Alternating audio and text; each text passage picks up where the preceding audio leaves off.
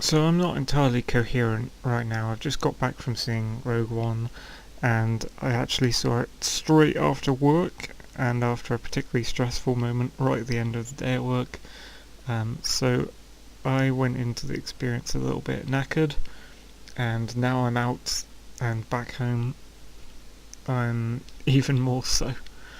But I'm going to just try and spew out some thoughts. Just spew out some fucking thoughts out there about what I thought. Right off the bat, ignoring the fact that Rogue One, like The Force Awakens, kicks out the already established telling of the Star Wars universe. That is the expanded universe, which people have now branded as legacy materials, whatever the fuck that means. The actual events of Star Wars. Rogue One is kind of... I mean, they're trying to steal the Death Star plans before A New Hope, and that's already been written.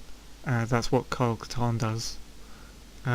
With Jan Ors, Jyn Erso, Jan Ors, those are similar names, aren't they? Death Troopers, Dark Trooper Project. Putting all that the fuck aside, you can tell where my loyalties lie. This is going to be purely biased.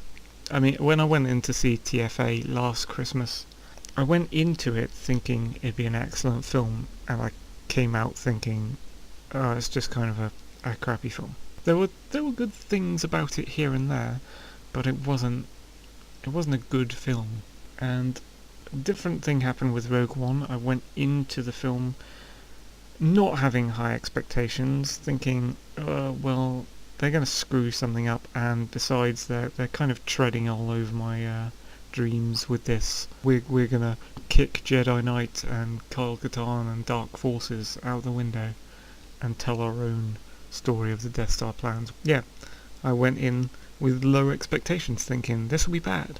And for maybe the first quarter of the film, it was actually alright. I kind of enjoyed it for a while, right up to the point where the giant frigging cannon nukes that city of Jeddah, which sounds like an actual place in the Middle East for some reason. I swear I've heard that before somewhere. And what is with that statue in the ground of Obi-Wan Kenobi? I don't get that. Someone went to the effort of... anyway. I'm getting flashbacks of the film now, in the wrong order. Tarkin, man. Jesus Christ. So, first quarter of the film was alright, I guess. It wasn't good. It wasn't amazing. But I thought, this is alright. This could have promise. This looks like it's building into something. Come on, there are ATSTs stomping around this city in the desert. That's pretty cool. And then, after the bombing of that weird city place, the film started getting pretty shit. Maybe I should go through sort of chronologically. Stick the Wikipedia article up so I can refresh my mind as to the plot points. Jesus Christ, this is a short plot article on Wikipedia. Alright, never mind. So, I thought the film starts, it's like a long time ago in a galaxy far, far away. And I had heard rumours that they were going to get rid of the opening crawl. And they kind of did. They just, they had the precursor to it that long time ago. And then they just went into the movie, which I thought was... It just felt really strange. Like, are you cutting corners? Are you trying to save time? Are you trying to cater to people with really short attention spans, maybe? They just cut out the whole chunk where you just sit and listen to the music and read for a bit. And they just went straight into it. There's like a planet, and you think there's going to be a Star Destroyer. They did this really naff thing where you think there's going to be a Star Destroyer because there's a wedge at the top of the screen, like a grey wedge. Or it just turns out it's the rings of a planet with the shadows crossing the rings so that the rings form this kind of shard-like triangle. I see what you're trying to do there. Yeah, I know what you're trying to do. I can see that. Just so you know, I haven't done this video yet, but I don't give a fuck about spoilers, so I just chuck them in everywhere and I don't care. Turn off the video if you don't want to hear what happens. Jyn Erso, Jan Or's wannabe, the Jan Or's wannabe Jyn Erso. She's on a farm with her dad, who is Hannibal Lecter, slash, what's his name from Casino Royale. Oh, Lashif, yeah. Fucking Lashif slash Hannibal is there on the farm with Jan Orr wannabe, and they're just hanging out on the farm on a crappy day. Scary shuttle thing turns up, and it's Mr. Whitecoat General Man, the new kind of Imperial General of the movie, Krennic. He wears a white coat, unlike Tarkin. Makes him look more important than Tarkin, but turns out, no. So he turns up on this farm with his Death Troopers. Are they Dark Troopers? Are they Death Troopers? We'll never know. And he's like, "Oh, hi, Galen," which is Hannibal Lashif, Mads Mikkelsen dude. "Galen Erso, you made the Death Star, didn't you? You made the Death Star." I don't know if they're trying to say he built the Death Star or something, because that doesn't make any fucking sense. Because as far as they've established in the prequels, if we are to believe the events of the prequels, those little insect fuckers, the Geonosians, made the Death Star. It was already designed. Count Dooku picks up the fucking hologram with the designs on it, and it's like, but maybe it's like the Geonosians like doodle a sketch of a house and go, "Here's what I want this house to look like," and then Galen Erso picks it up and goes, "Well, that'll never fucking work. That's a dream world. You're a little child with a crayon, and you've drawn me this non-architecturally sound friggin' design." And then the Geonosian children are like, "Yeah, but fucking make it work. I want a house like this." So Galen Erso builds the Death Star, I guess, takes the Geonosian specifications and fills it out and does all the proper architect-y stuff.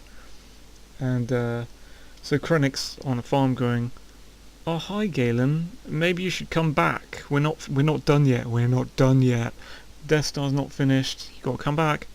And he's, I think he's, I don't know. He's like realised he's created a killing machine, and he's not that happy about the Empire anymore. He's not that into the Empire anymore. Can't remember if they explain why that was. They might have done in a short throwaway line that I didn't catch. There was a lot of that. There was a lot of dialogue that just got thrown out there so fast, and you didn't have time to register what the people were actually saying and its significance. It was just like thrown out there, and suddenly we're on an explosion or some shit, and you're like, what was I meant to be absorbing that? I didn't quite get it. It didn't linger long enough for me to actually decipher what you just fucking said. Death Troopers search for his wife. His wife comes out with a blaster, points it at Krennic, shoots Krennic, and the Death Troopers shoot his wife. I think she dies there, and then Krennic's just got a hole in the shoulder, and he's like, "Hey, Death Troopers, there's actually a kid around here to find the kid." And Jan Orr's wannabe is a child at this point. She's hiding in the grass, and she runs off and hides in this drain pipe, and the Death Troopers don't find her. And who does find her is friggin' Forrest Whitaker. Yeah, Forrest Whitaker, dude. Finds her in a little drain and goes, "Yeah, come with me now. Your dad's gone, but never mind, come with me." And I think later it's implied that he's like mates with her dad. So yeah, I'm not sure if it's around here or what, but Krennic turns up on a Star Destroyer, and Tarkin's there looking out the window. There's lots of cool imagery of the Death Star out the window, and loads of Star Destroyers and TIE Fighters and all the Imperial shit you love. One thing I will say about this movie is it handles authenticity of look very well. Nothing looked that bad. I wasn't happy with like the random introduction of new vehicles, because they put a bunch of new like kinds of TIE Fighter in and shit, and new Rebel ships, and I was just like, get that fucking shit out of my face. There's too much in the Star Wars lore that we already know exists ship-wise. Just use some of the stuff we've already got and use it well, rather than just doing the George Lucas prequel thing of, let's invent 8,000 new ships, or yeah, let's invent 20,000 new kinds of lightsaber. Yeah, that was his thing. Lucas had the doctrine of quantity is better than quality, and quantity of frigging floppy CGI. So Tarkin's hanging out, looking brutally out the window at his Death Star. Krennic turns up, and they have a bit of banter, and you realise that Tarkin is Krennic's superior. despite the white suit, which I didn't expect. I didn't expect Tarkin to be in this film. And what they've done, right, is they've got some guy in, some actor to play Tarkin, who I assume is doing the voice. They might have doctored his voice, or he might be doing a really good impression. It looks exactly like him because they've taken this different actor's face and digitally CGI photoshopped Peter Cushing's face on top of his face. The first few moments of seeing this digital fake Peter Cushing, because Peter Cushing's dead, right? You can't bring him back. They actually brought in the actor who played Scorpius from Farscape, Wayne Pygram, in episode 3 to play Tarkin in a really brief scene that you only see from a distance. But yeah, they've CGI'd this ridiculously photorealistic ZBrushed face onto whoever was playing Moff Tarkin, and for the first few moments of seeing it, it just looked pretty good. I thought, maybe CGI has caught up, maybe it can do this sort of thing now. Until later on, much later in the film, I noticed all the kind of Pixar expression style things just in the face that make you realise this is not a real person. This is not a real person. It was much better than when they did Jeff Bridges in Tron Legacy. It was better than that, but it still has a long way to go. I could have been 100% sold on him being Tarkin. You just see these kind of eyebrow movements and eye movements in the expression that makes me think I'm watching a Pixar movie all of a sudden. What?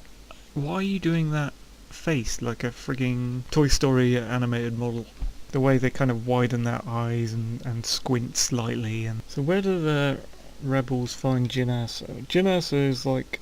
Oh, I can't remember how she got there. She's in a prison transport. I think she wakes up in a prison with a snoring alien, which is one of the very few aliens in the film. There are not enough aliens in the film. Just kind of makes the rebellion look just as racist as the Empire.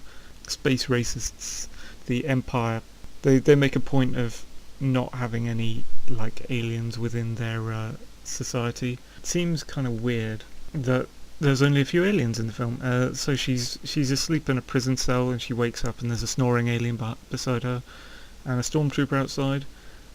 So she's in jail in the Empire for something.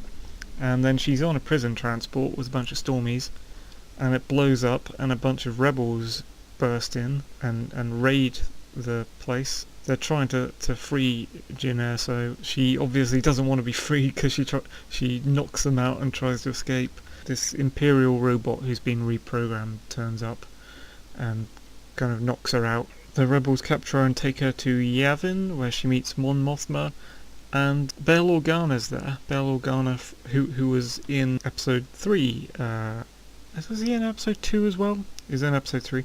He was one of the okay bits of that film.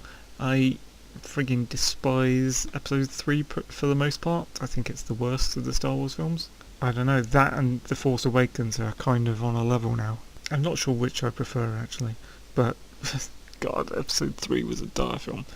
But the guy who was playing Bail Organa was pretty good. They take Jyn Erso to Yavin and they're like, oh, hold on, her dad's that guy who built the Death Star. And maybe we can use her to track down her dad. And the rebel are kind of secretly plotting to assassinate her father, but they don't tell her that. And so they ship her out from Yavin and take her to this Jeddah place, which sounds ridiculous. It's like a desert city with a big kind of Ayers Rock kind of mesa in the middle of it where the city's built on the rock, and there's a big Star Destroyer has been garrisoned there because they're mining Kyber crystals. Kyber crystals, a long time ago when George Lucas wrote the original drafts of Star Wars, there wasn't going to be the Force, there was going to be the Kyber crystals, I believe.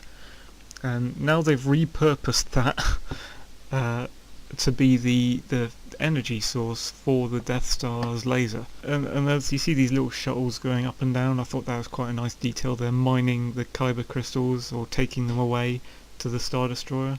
At this point the rebels don't even know what the Death Star is, but it's just had its main gun plugged in and it's just become operational and started moving around I don't get what they were going for with the droid. There's an Imperial reprogrammed droid which is tall and strong, but he's trying to be comedic like C-3PO and heroic. It's just he's not what I thought he'd be, and he's kind of a bit wimpy. He's basically meant to be the comic relief for the movie. They tell him, stay in the ship, don't come to town. The guy who's meant to assassinate Jin's dad without telling her takes Jin walking around this desert mesa city place where there are stormtroopers, and they're trying to find the Forrest Whitaker character who raised her. They call him an extremist version of... He's like a member of the Rebel Alliance, but like they think he's an extremist version of the Rebel Alliance. But to be honest, he's pretty good throughout the movie. I don't think you see anything too horrific.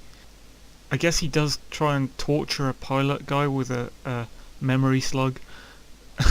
But yeah, that's pretty crossing the line. I guess if he does that a lot, then yeah, I could see why that would be a bit extreme. So Forrest Whitaker's character, I think he's called Saul or something? Saw Gerrera.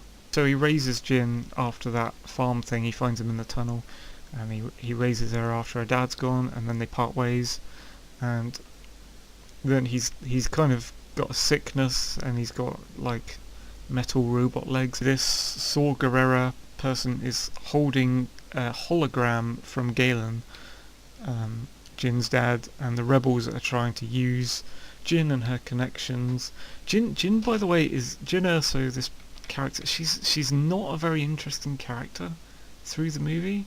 There's not any complexity in her. She's just kind of a flat character that they can use to take the audience places within the story. Like, you follow her around, but she's not like, she hasn't got any like character building upon her. There's nothing intriguing about her character in the way that Krennic's intriguing. While she's in Desert Mesa Town, she meets a blind man. I think they say this blind guy and his tough henchman mate thug who wears kind of reddish armor are like, they say, like keepers of the wills, and I'm wondering if the wills is spelt WHILLS, which I believe is meant to be Yoda's species, and that they're trying to somehow keep the remnants of the Jedi alive in some kind of devotional way. Because this blind man thinks he can see the Force, and at one point there's a nice little detail where he goes, does he think he's some kind of Jedi? No, he's just a fool who thinks he's a Jedi. There are no Jedi here, not anymore. So this Jedi worshipper just whips around with a staff and does loads of martial arts on some stormtroopers. Inexplicably, it's basically Daredevil. He's blind, he can see what they're all doing by hearing. I would go as far as saying there's only one real use of the Force in this movie, and it's when Darth Vader Force chokes someone. We'll get to how they treated Vader in this movie. So Jyn Erso and Cassian, the guy who wants to kill her dad, are hanging out in the street watching some stormtroopers walk by with all their tanks, and accidentally end up in a crossfire between the stormtroopers and the extremist rebels led by Saw Gerrera, who have this big laser fight in the street, and it draws the ATST chicken walkers out. Eventually Saw Gerrera catches them all and throws them in a jail thing, and then he brings Jyn Erso out and shows her this hologram that she's been keeping, and it's her dad, and her dad's like, hey Jyn, I'm not actually an asshole. I've put this flaw in the Death Star so you can blow it up if you want. But she's the only one who sees this message, along with Saw Gerrera. Like many films around this period, there's too much sentimentality in it. There's too much kind of fake over-emotionalness in everything, and kind of people gathering around giving heartfelt speeches. That went on throughout the movie for ages, and I really kind of grinds my gears to watch that sort of stuff. It's like, are we meant to be emotional with you? Because I'm just kind of bored and frustrated at this point. I want to see some character building and some actual cleverly shown storytelling, but no, we're just sat here watching people like, I'm with you to the end, I know. That sort of crap. I can't stand that. So some of that stuff happens, and then we're back on either the Star Destroyer. No, we're back on the Death Star at this point. We're finally on the Death Star with Grand Moff Tarkin and Krennic, and Tarkin's basically like, "You're fired, Krennic. You're crap at this job. I'm gonna be Mr.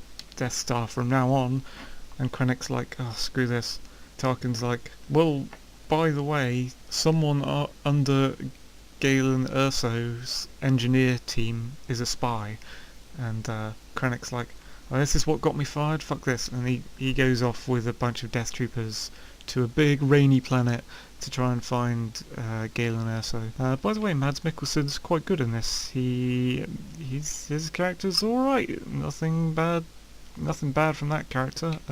He actually pulled off the role really well. There's actually a little tiny flashback of Coruscant, I think, where he's an Imperial officer living with his family, like working on the Death Star, and it makes the Empire look to be quite kind and lovely just for a blink of an eye, and they're just hanging out with their family. It's quite nice.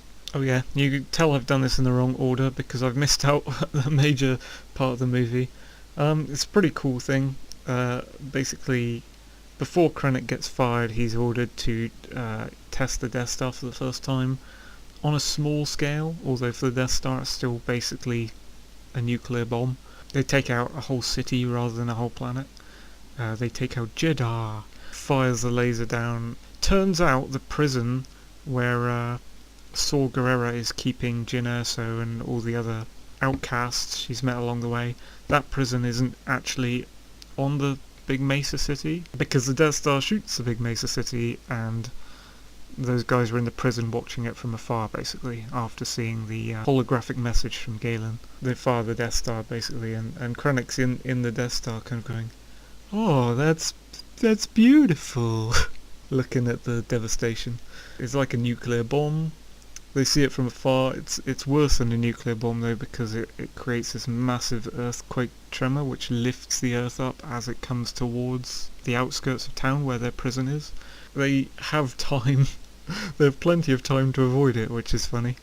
So it's not like a nuclear bomb in that respect. They're all like, "Oh, there's a nuke over there. Looks like we've got some time to escape though, to evacuate.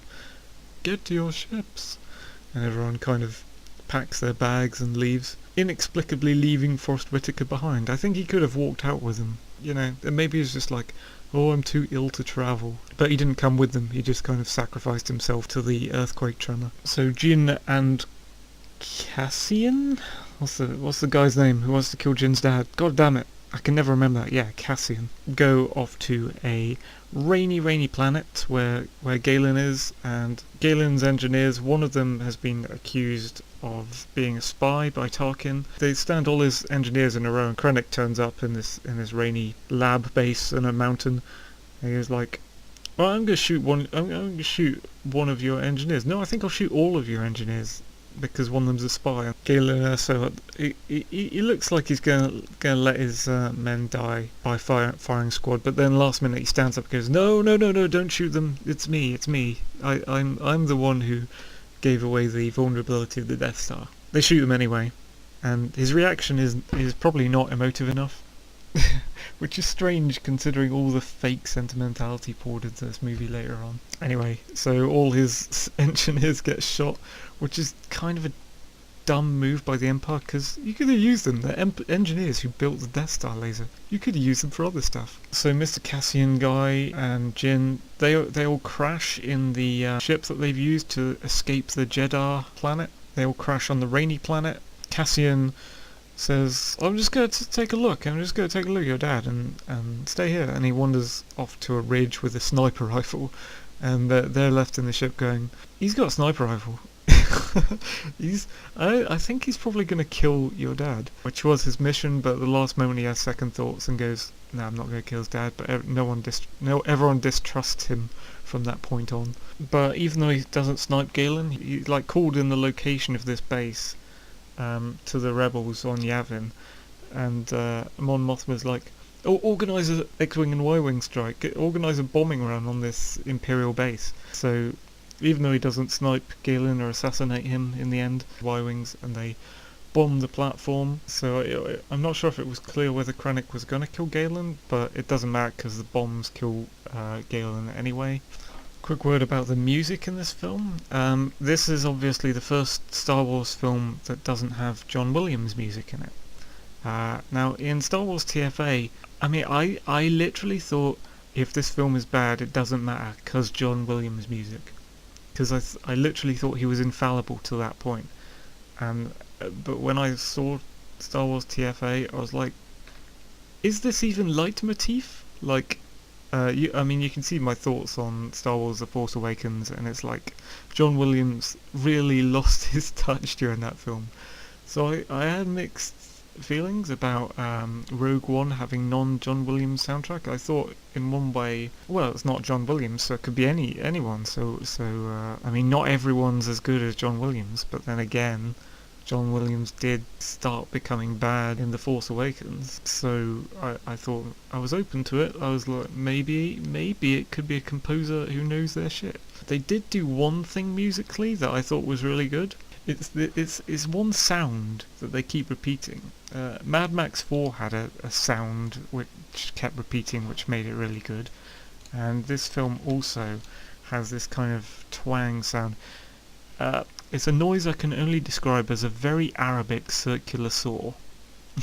It's like zhong.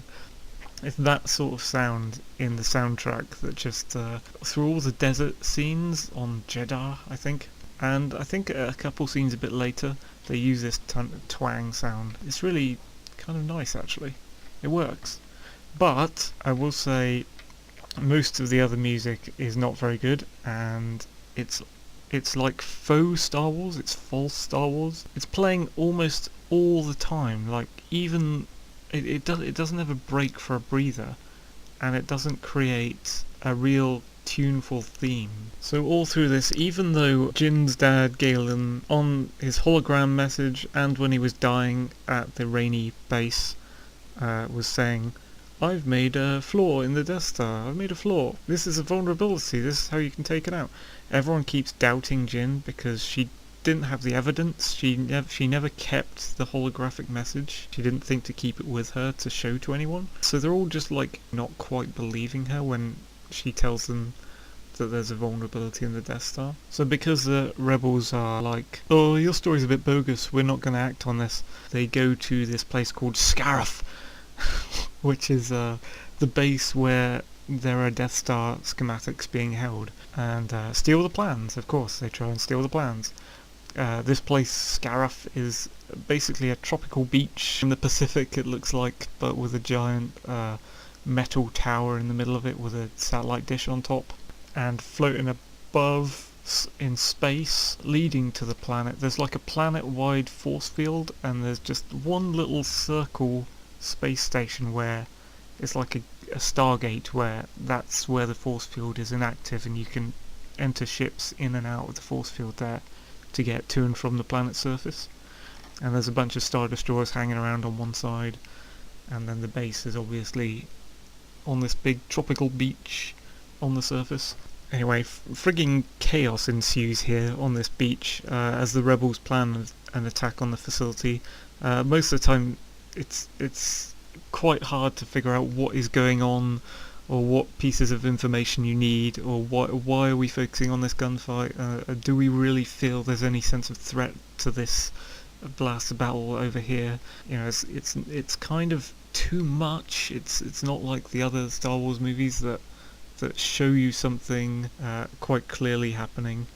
It just wants to cram so much in, and like CGI and effects as much as possible into this very short space of time. There are some nice little moments where they slow it down, like where the blind guy Donnie Yen plays gets killed. He wanders out into a blaster fight to press a button, basically using the Force. I mean, it could be the Force, or it could be Daredevil-like intuition to walk slowly through a ton of stormtrooper blaster fire.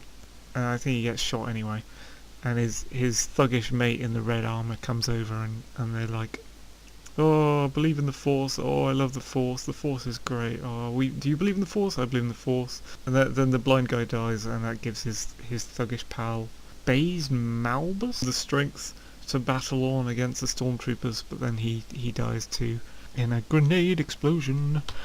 Meanwhile, away from the beach inside the tower, the skyscraper thingy, Jin and Cassian and the droid, the boring droid, are snooping around this typical Death Star like environment. There's just this kind of clean room data bank, and they're moving a factory machine along trying to find the Death Star plans on a hard drive from a server room, and then they pull it out and then they climb it, and then the droid kind of dies in the room being all heroic and bolting the doors for them while being shot by stormtroopers.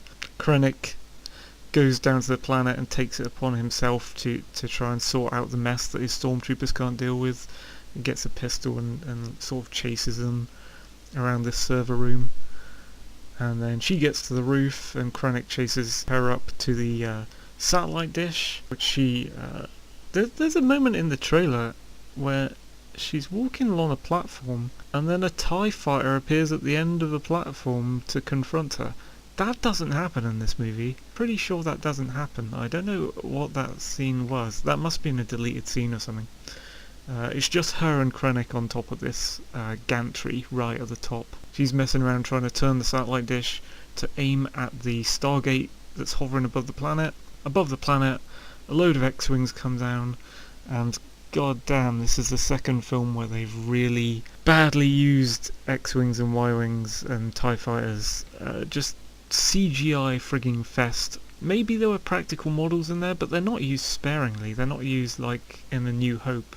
To be honest, Return of the Jedi in a way kind of screws around using X-Wings and all the spacecraft a bit too much. A New Hope was just...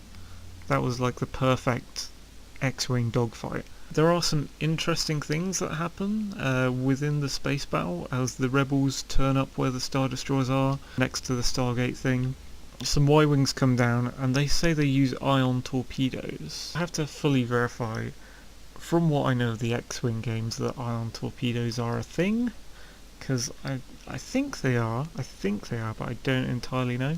But I know what ion cannons are on top of the Y-Wings. They're for disabling craft, basically, without harming their hull. So you keep firing the ion cannon in. This is an X-Wing versus TIE Fighter, or X-Wing Alliance, the great PC games that explain all the starfighting lore. They probably got a lot of that from the books, to be honest, of the expanded universe. A Y-Wing can just keep firing these ion cannons, so you essentially disable the craft, and the craft can't really do anything from that point onward. It kind of loses propulsion and stops, and they do that to a Star Destroyer in this, which is pretty cool. And then they came out with, get a Hammerhead Corvette out here, and I thought, what the fuck? Are you inventing new ships again? I hate it when you invent new ships. Well, firstly, I thought it was going to be a nickname for the Corellian Corvette, which is the blockade runner, like the Tantive 4, the first ship you see at the start of Star Wars A New Hope. I thought it was going to be that, because it's got a sort of hammerhead on the front of it, and its actual ship name is Corellian Corvette. But he said Hammerhead Corvette, and this thing came out, this beigeish gold thing, which I've never seen before, so I was like, oh god, new ship, fuck this. Just use the ships you have. But I actually quite enjoyed it when I saw what they did with it. It was essentially like a starship ram. The crew on board would hold on to something, and then they charged the disabled Star Destroyer. And instead of buckling and destroying itself, this ship kind of held its ground, slammed into the edge of the Star Destroyer, and pushed it to the Stargate, and that's how they destroy the gate thing that is stopping the Death Star plans be beamed out of the planet's surface. So that ship's pretty cool. I quite liked that moment, to be honest. I didn't like all the new TIE fighter things that were flying around. The U-Wing, I didn't really like that. If there's a proper point to a brand new ship, it kind of wins me over, but most of the time what I want to see is ships already established being used right. And so the Stargate's destroyed, so Jin on top of the satellite dish skyscraper thing is free to beam the message, and then Krennic is going to shoot her. He thinks he's shot Cassian dead, but Cassian shows up and shoots Krennic dead at the last moment. And they all kind of wander off onto the beach, basically. Now I've missed a scene out here somewhere. I'm not quite sure where it slots in. I think it slots in before the whole Scarif thing. Basically, Krennic wants his job back. He's like, fuck's sake, Tarkin needs to give me my job back. I deserve the recognition. I am the director, goddammit. Frustrated, he goes to find Darth Vader, which is kind of ballsy. I'm not sure if it's on Coruscant or what. Darth Vader's busy in a bacta tanks, you know, the healing fluid. You see it in Empire Strikes Back. He's disturbed by one of his aides, who looks a bit like the Emperor. He's in a black cloak. He says, Krennic wants to see you. And so Vader's like, oh, what the fuck's this now?